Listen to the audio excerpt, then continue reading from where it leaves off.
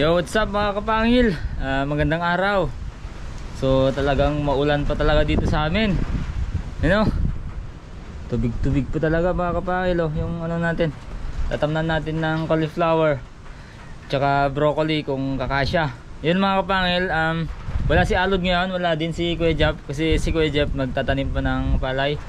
At si Alod naman, sabi niya wala daw ngayon kasi may pasok yung panganay niya mga kapangil, no? At may pasok din yung misis niya sa trabaho. So ako na muna ang makakasama nyo ngayon mga kapangil, ano? Magta-transplant tayo ng cauliflower. Ililipat-lipat na lang natin mga kapangil, ano?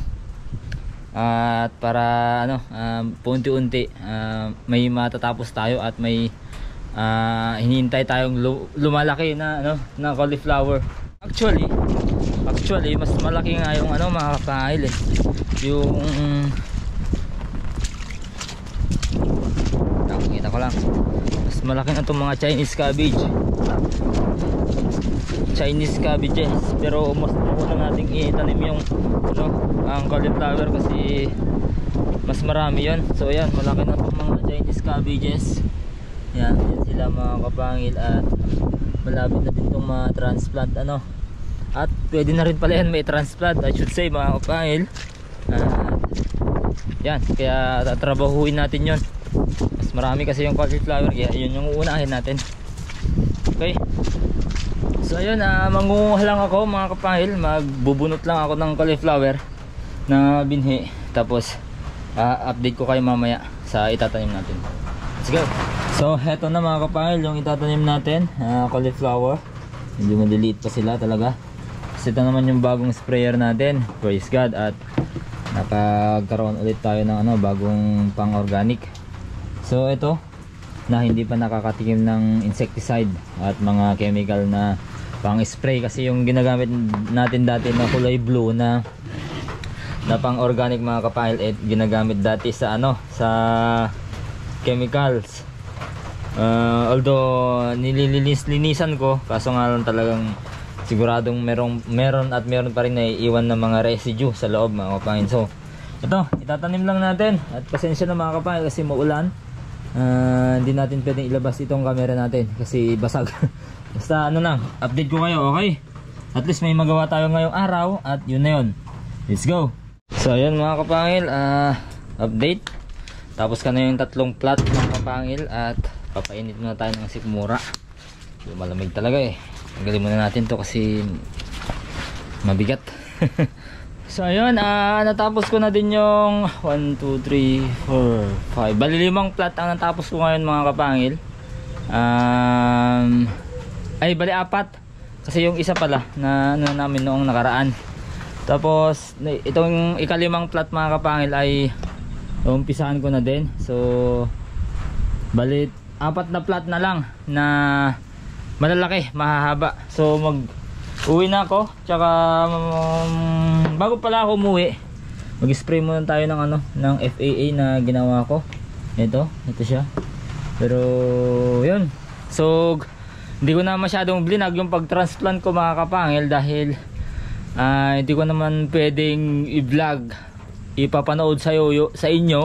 Hindi ko naman pwedeng panood sa inyo yung napakahaba-habang pag-transplant mga kapangil kasi siguradong maboboringan kayo. So yun, sama kasi ng panahon dito sa amin mga kapangil, kaya medyo minimal, konti lang yung nagagawa nating vlog sa araw-araw. At yun, parang paulit-ulit lang din kasi talaga ang hirap ng ano, ang hirap ng panahon dito, lalo na sa pagsasaka.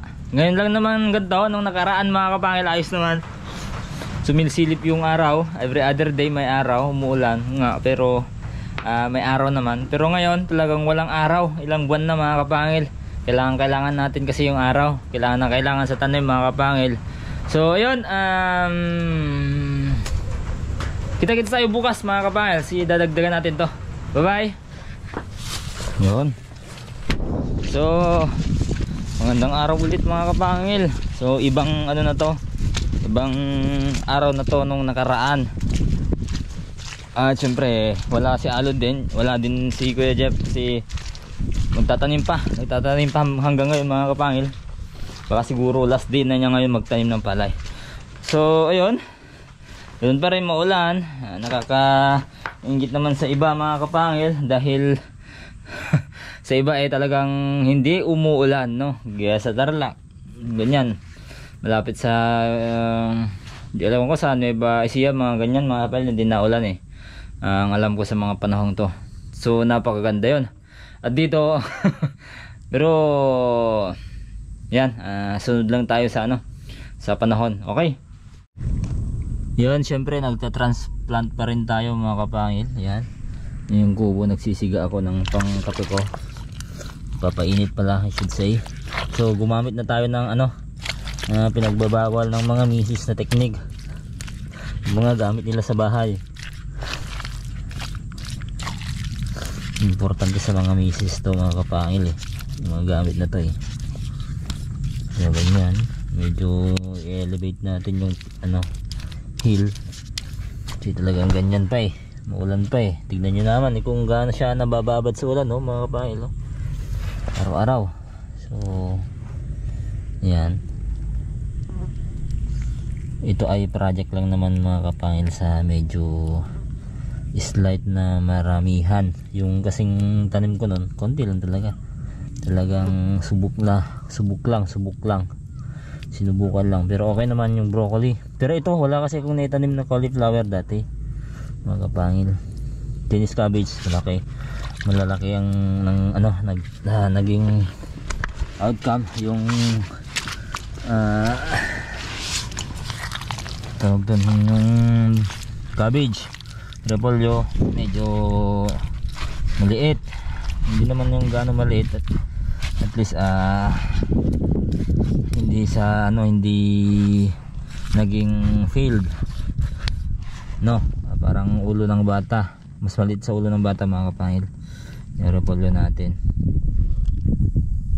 At ang isa sa problema ko doon sa repolyo noon, yung uod, napakaraming uod mga kapangil sa kanyang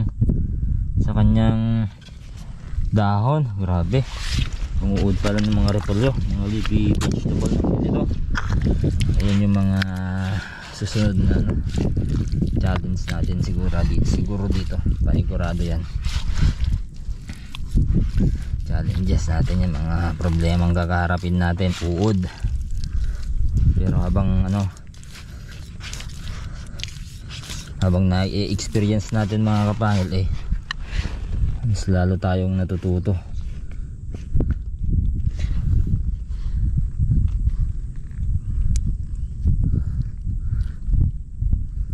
Tsaka talagang ako lang ang tanging lumalaban sa panahon ngayon na nagtatanim. Yung iba dito, yung mga marurunong talaga magtanim ng mga pakwan, mga gulay sitaw, kalabasa, patola, nagpapahinga sila ngayon mga kapangil. Medyo medyo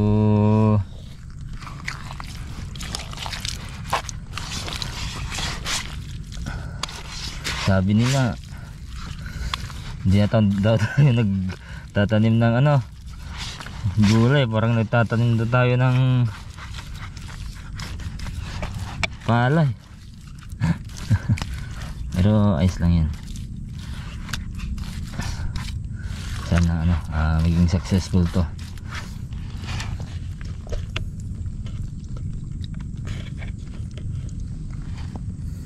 Sana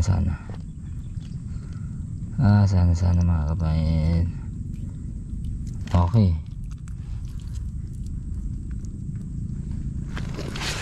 tignan nyo naman mga kapangil, dahil sa sobrang kauulan may natubo na dito kabuting punso hindi naman ngayon yung season ng punso, kabuting punso. Yan, siyempre kukuha na tayo ng mga kapangil, pang sahog dito na tingang daga, ulam namin mamaya, di ba? Dinding tayo ngayon. Yan yung mga tingang daga mga kapangil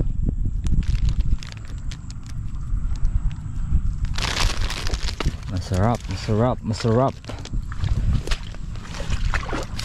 Mga malilit pa. Nako. Ito talaga ang hindi na nawalan ng tubig mula nung nakatayo pa yung unang kubo natin na nilipad mga kapangil. Pwede na siyang gawing palayan. Siyempre pwede na din siyang gawing fish pan mga kapangil, no? Siyempre ito yung pinakamababang parte ng lupa. Yan, no? May na nga doon mga kapangil, no? Mayroong parang kanal na siya. Oh. Yan talagang napakalambot na ng lupa, parang palayan na talaga. Yan, yan yung pinakamababang lupa dito.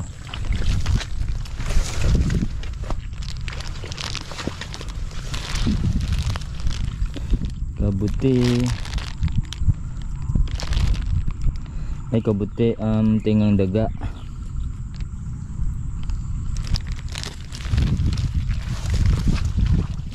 Para may sahog lang mga kapatid yung dinindeng ulam namin ngayon. May kakooks at may penggay. Yan, sanayin natin yung mga bata mga kapatid na yung bata na kumain ng mga ganito.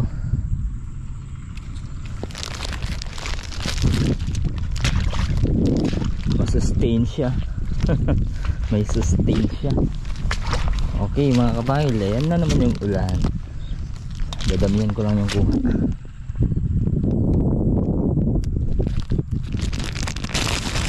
Yan, so ako naman ang kumuha ngayon ng ng okra mga kapangil, no? Pang ulam. Napakabilis talaga, no? Ay pang ulam na naman.